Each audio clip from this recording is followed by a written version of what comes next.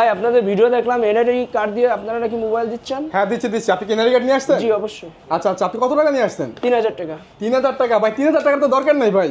তো আপনি এই যে না 300 টাকা দিয়ে দিলাম, আপনি মাত্র 2700 টাকা দিয়ে ফোন নিতে পারবেন। 2700 টাকায় মোবাইল? মাত্র 2700 টাকা দিয়ে আপনি এই ফোনটা নিতে পারতেছেন ভাই। দেখেন স্মার্টফোন পাচ্ছেন, অফিসিয়াল ডিভাইস মাত্র 2700 টাকা দিয়ে। এবং সাথে কিন্তু আমাদের পক্ষে গিফট অফার আছে। দেখেন একটা ফোন কিনলে দেখেন এই যে মোবাইল আছে, পাওয়ার ব্যাংক আছে, স্পিকার আছে, ইউজ করবেন গিফট অফার। আপনি ক্যাশ টাকায় পাবেন, কিস্তিতেও কিন্তু গিফট অফার পাচ্ছেন ভাইয়া।